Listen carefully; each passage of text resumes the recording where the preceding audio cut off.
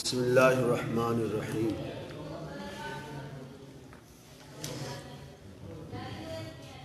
الف لام را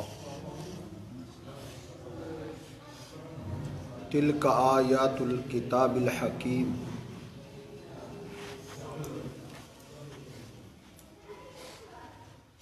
سورہ یونس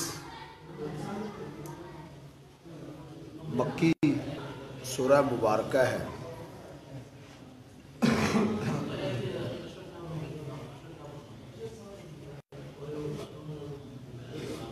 الف لام را یہ حروف مقطعات ہیں۔ مقطعات یہ اسم المفعول ہے۔ قطع یقطع تقطیع، مقطع مقطع۔ مقطعات یہ جمع ہے مقطعاتن کی۔ مقطعات کا معنی ہے جدا جدا پڑھے جانے والے حروف، علیحدہ علیحدہ پڑھے جانے والے حروف مقطعات۔ الف کے بعد کٹ کے پھر لام، پھر کٹ کے را، یہ مطلب ہے حروف مقطعات، علیحدہ علیحدہ پڑھے جانے والے حروف۔ ان کا کیا مفہوم ہے اور ان کا کیا مطلب ہے، ان حروف کا کیا معنی ہے؟ کتنی ہی صورتوں کے آغاز میں اللہ رب العزت نے یہ حروف مقطعات اتارے ہیں۔ سورہ بقرہ کے شروع میں بھی ہے۔ تو یہ حروف مقطعات، ان کا مفہوم اور ان کا معنی اللہ رب العزت نے کسی کو نہیں بتایا۔ اس کا مفہوم اور معنی میں اکثر مفسرین نے یہی لکھا ہے اللہ اعلم بمرادہ، ان کی مراد کو، ان کے معنی کو، ان کے مطلب کو صرف اللہ ہی جانتے ہیں کہ اللہ تعالیٰ نے یہ حروف کا کیا معنی رکھا ہے اور ان کو کیوں نازل کیا ہے، ان کا کیا معنی مفہوم ہے۔ اللہ کے پیغمبر صلی اللہ علیہ وسلم نے حروف مقطعات کا کوئی معنی امت کو نہیں بتایا، کیونکہ اللہ نے آپ کو نہیں بتایا۔ یہ نہیں ہم کہہ سکتے کہ رسول اللہ صلی اللہ علیہ وسلم حروف مقطعات کا معنی مطلب جانتے تھے، اللہ نے آپ کو دیا تھا، یہ نہیں ہم کہہ سکتے۔ اگر ہم یہ کہیں تو پھر رسول اللہ صلی اللہ علیہ وسلم نے ان کا علم امت سے چھپا لیا ہے، جبکہ ایسا سوچا بھی نہیں جا سکتا۔ رسول اللہ صلی اللہ علیہ وسلم نے ایک نقطے کا علم بھی اپنی امت سے چھپایا نہیں ہے۔ جو اللہ نے آپ کو علم دیا ہے، جو اللہ تعالیٰ نے آپ پر علم اتارا ہے، آپ نے وہ آگے پہنچا دیا اور حق ادا کر دیا پہنچانے کا، کہ ایک زبر اور زیر کی بھی اللہ کے پیغمبر صلی اللہ علیہ وسلم نے کمی نہیں چھوڑی۔ تو حروف مقطعات کا معنی صرف اللہ جانتے ہیں، اور یہ حروف مقطعات کا معنی کا صرف اللہ کا جاننا، یہ بھی اس بات کی دلیل ہے کہ عالم الغیب صرف اللہ رب العزت ہے، اللہ کے سوا کوئی عالم الغیب نہیں ہے۔ تلک آیات الکتاب الحکیم، یہ پر حکمت کتاب کی آیات ہیں، پر حکمت۔ تلک آیات الکتاب الحکیم، حکیم کا معنی ہے حکمت سے بھری ہوئی، یہ اسم صفت ہے، حکمت والی، کمال حکمت والی۔ اس کے اور کئی معنی بھی مفسرین نے لکھے ہیں۔ حکیم کا ایک معنی المحکم بھی ہے، مضبوط۔ یہ مضبوط کتاب کی آیات ہیں، مضبوط کتاب کی یہ آیات ہیں۔ اور ایک حکیم کا معنی مفسرین نے حاکم بھی لکھا ہے، حاکم، کہ یہ کتاب تمام فیصلوں میں، تمام اختلافات میں، بندوں کے تمام باہمی معاملات میں دین اور دنیا کے مسئلوں میں یہ کتاب فیصلہ کرتی ہے. یہ کتاب حاکم ہے، حاکم. یہ کتاب حاکم ہے، یہ فیصلہ کرتی ہے. تم نے اپنے تمام فیصلوں کو، اپنے تمام معاملات کو اس کتاب کی طرف لانے ہیں، اس کتاب سے پوچھنا ہے. فَإِن تَنَازَعْتُمْ فِي شَيْءٍ فَرُدُّوهُ إِلَى اللَّهِ وَرَسُولِهِ. اپنے جھگڑوں کو اللہ کی طرف لائے. اللہ کی طرف لانے کا کیا معنی ہے؟ تم اللہ کی کتاب کی طرف لائے اور اللہ کی کتاب کو فیصل مان لیں. الکتاب حاکم بیننا، کتاب ہمارے درمیان حاکم ہے، کتاب ہمارے درمیان فیصل ہے. صحابہ کرام اپنے بہمی نظام اور اختلافات میں قرآن کو پیش کر دیتے تھے کہ یہ کتاب ہمارے درمیان فیصلہ کرے گی، تو وہ ہم مان لیں گے جو بھی فیصلہ کرے گی. تلک آیات الکتاب الحکیم، یہ پر حکمت کتاب کی آیات ہیں. اکان للناس عجبا، کیا ہے لوگوں کے لیے تعجب کی بات؟ کیا لوگوں کے لیے یہ تعجب ہے؟ ان اوحینا، کہ ہم نے وحی بھیجی، الی رجل منہم، ان میں سے ایک آدمی کی طرف. ہم نے انہی میں سے ایک آدمی کی طرف وحی بھیجی ہے. ہم نے انہی میں سے کا ایک مطلب یہ ہے کہ انسانوں میں ہی ایک آدمی ہم نے نبی بنایا. ایک یہ مفہوم ہے. انہی میں سے کا ایک یہ معنی بھی ہے کہ عرب میں سے، یہ عربی تھے، عرب میں سے ہی ہم نے ایک آدمی کو وحی کے لیے منتخب کیا، وحی کے لیے چنا، تاکہ وہ اللہ کے پیغامات اس کے پاس آئیں گے، وہ آگے ان لوگوں کو پہنچائے. اگر اجمی ہوتا تو پھر بھی یہ تعجب کرتے بھی یہ تو ہے اجمی، ہم عربی ہے، پھر بھی انہوں نے نہیں ماننا تھا، انہوں نے پھڈا ڈالنا تھا. اللہ فرماتے ہیں ہم نے اوحینا الی رجل منہم، انہی میں سے ایک آدمی کی طرف ہم نے وحی بھیجی. لقد من اللہ علی المؤمنین اذ بعث فیہم رسولا من انفسہم.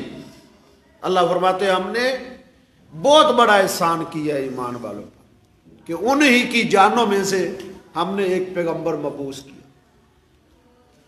تو ایک تو اللہ رب العزت نے ان میں سے، اس کا مطلب یہ ہے کہ انسان کو ہم نے نبی بنایا، فرشتہ نہیں بنایا. جن کو بھی نہیں منتخب کیا. فرشتہ بنتا تو انہوں نے کیا کہنا تھا کہ یہ تو فرشتہ ہے، اس کے ساتھ تو لوازمات نہیں ہیں، اس کی تو ضروریات نہیں ہیں، اس کی تو حاجات نہیں ہیں، نہ اس کو کھانے پینے کے مسائل ہیں، نہ اس کو بیوی بچوں کے مسائل ہیں. تو یہ جو دین پر عمل کرتا ہے یا دین کی باتیں کرتا ہے، یہ تو کر سکتا ہے، ہم انسان ہیں، ہماری ضروریات ہیں، تاکہ یہ نہ کہہ سکے. اور جنات وہ بھی ایک مختلف مخلوق ہے، ان کی بھی حاجات اور ضروریات انسانوں سے مختلف ہیں. اگر جنات میں سے اللہ تعالیٰ پیغمبر بنا دیتے تو پھر بھی انہوں نے کہنا تھا کہ یہ تو جن ہے، ہم انسان ہیں. انسان ہو کے تو یہ عمل کر کے دکھائے ہمیں، تو تب بات ہے. تو اس لیے انہوں نے جو ہے وہ انکار کر دینا تھا. تو اللہ رب العزت نے ایک انسان کی طرف وحی بھیجی اور ایک انسان کو چنا، بڑی شان و عظمت عطا فرمائی، اس کے سر پہ نبوت کا تاج رکھا، اس کو اپنی نبوت اور پیغام کے لیے اس کو چن لیا. اللہ فرماتے ہیں یہ چیز لوگوں کے لیے باعث تعجب بن گئی ہے. اکان للناس عجبا، کہ لوگ اس پر تعجب کرتے ہیں، حالانکہ تعجب نہیں کرنا چاہیے. یہ جو استفہام ہے نا، شروع میں کیا ہے؟ حمزہ استفہامیہ، حمزہ یہ استفہام انکاری ہے. بعض اوقات استفہام سوالیہ انداز ہوتا ہے، کوئی بات دریافت کرنا مطلوب ہوتا ہے، کوئی بات پوچھنا مطلوب ہوتا ہے، اور بعض اوقات استفہام بطور انکار ہوتا ہے کہ تو بھی کوئی انسان ہے، اس طرح کے ایک استفہامی طور پہ پوچھا جاتا ہے، لیکن اس کا مطلب کیا ہوتا ہے؟ انکار ہوتا ہے۔ بھی اکان للناس عجبا، کیا لوگوں کے لیے باعث تعجب ہے؟ کیا مطلب ہے؟ یہ بات باعث تعجب نہیں ہے۔ ان اوحینا، کہ ہم نے وہی بھیجی، الی رجل منہم، انہی میں سے ایک آدمی کی طرف۔ یہ اس کو تعجب سمجھتے، یہ کہتے تھے یہ کیسا پیغمبر ہے، یہ کھانا بھی کھاتا ہے، اس کی ضروریات بھی ہیں، بازاروں میں چلتا پھرتا بھی ہے، کاروبار بھی کرتا ہے، سارے معاملات ہیں۔ ایسا تو نہیں ہونا چاہیے، کوئی فرشتہ ہونا چاہیے۔ الی رجل منہم، انہی میں سے ایک آدمی کی طرف ہم نے وہی بھیجی۔ کیا کہا ہم نے؟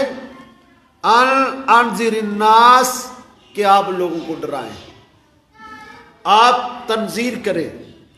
ڈرانے میں بھی فرق ہے، سمجھائیے۔ ایک ڈرانا ہوتا ہے اخافا یخیف اخافا، یہ بھی ایک ڈرانا ہوتا ہے، اور بھی ڈرانے کی کئی معنی ہیں، لیکن یہ جو انذر ینذر، انذار ڈرانا ہے نا، یہ ڈرانا اور طرح کا ہے۔ آپ کو ایک ڈاکو بھی ڈراتا ہے، آپ کا دشمن بھی تو آپ کو ڈراتا ہے، سانپ بھی آپ کو ڈراتا ہے، بچھو بھی ڈراتا ہے، شیر چیتے سے بھی آپ ڈرتے ہیں، لیکن یہ ڈرانا اور ہے، یہ اس قسم کا ڈرانا نہیں ہے۔ یہ ایسا ڈرانا ہے جس میں شفقت ہوتی ہے، یہ ایسا ڈرانا ہے جس میں محبت ہوتی ہے، جس میں پیار ہوتا ہے، شفقت کی بنیاد پہ، ایک ہمدردی کی بنیاد پہ ڈرانا ہے۔ جس طرح ماں باپ اپنی اولاد کو ڈراتے ہیں، بجلی کو ہاتھ نہیں لگانا، آگ کے قریب نہیں جانا، یہ جس طرح عذرائے شفقت ہے، اسی طرح انبیاء ڈرانے والے تھے، لیکن وہ ڈاکوؤں کی طرح ڈرانے والے نہیں تھے، دشمنوں کی طرح وہ ڈرانے والے نہیں تھے۔ ان کے دلوں میں شفقت تھی، ان کے دلوں میں رحمت تھی، وہ اپنی امتوں کے خیر خواہ تھے۔ خیر خواہی اور محبت اور پیار ہی کی وجہ تھی کہ انہیں ساری ساری رات نیند نہیں آتی تھی، وہ اپنی امتوں کے لیے دعائیں کرتے رہتے۔ تو اللہ فرماتے ہیں ہم نے وہی بھیجی انہی میں سے ایک آدمی کی طرف، انذر الناس، کہ آپ لوگوں کو ڈرائیں، وبشر الذین آمنوا، اور آپ خوشخبری دے دیجیے ان لوگوں کو جو ایمان لائے۔ لوگوں کو ڈرائیں، لوگوں کو کہیں کہ اللہ سے ڈر کر، اللہ کے عذابوں سے ڈر کر، اللہ کے سامنے کھڑے ہونے سے ڈر کر تم اللہ پر ایمان لے آؤ، اللہ کو مان لو جس طرح کے ماننے کا حق ہے، اللہ تعالیٰ کے احکامات کو مان لو۔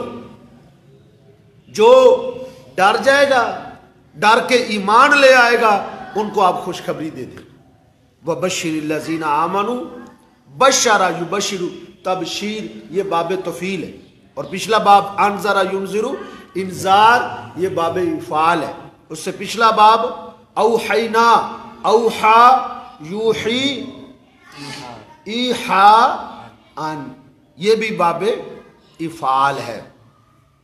آپ ڈرائیں لوگوں کو، وبشر الذین آمنوا، اور خوشخبری دے دیجئے ایمان لانے والوں کو۔ کیا خوشخبری دے دیجئے ان کو؟ ان لہم قدم صدق، کہ بے شک ان کے لیے عند ربہم، ان کے لیے ان کے رب کے ہاں اچھا ٹھکانہ ہے۔ ان کو خوشخبری دے کہ یہ چند روزہ زندگی ہے، یہ ایک مختصر سی زندگی ہے، بالکل انتہائی مختصر زندگی ہے۔ اس مختصر زندگی کا آپ نے میں کیا کرنا ہے؟ آپ نے اللہ سے ڈرتے ہوئے، اللہ پر ایمان رکھتے ہوئے، اللہ کے احکامات کو مانتے ہوئے، اللہ کے حکموں پر زندگی بسر کر جائیں۔ یہ چند روزہ زندگی ہے، یہ گزرتے ہوئے پتہ ہی نہیں چلے گا، انسان کو احساس ہی نہیں ہوگا کہ اتنی جو ہے نا زندگی اتنی لمبی گزر گئی۔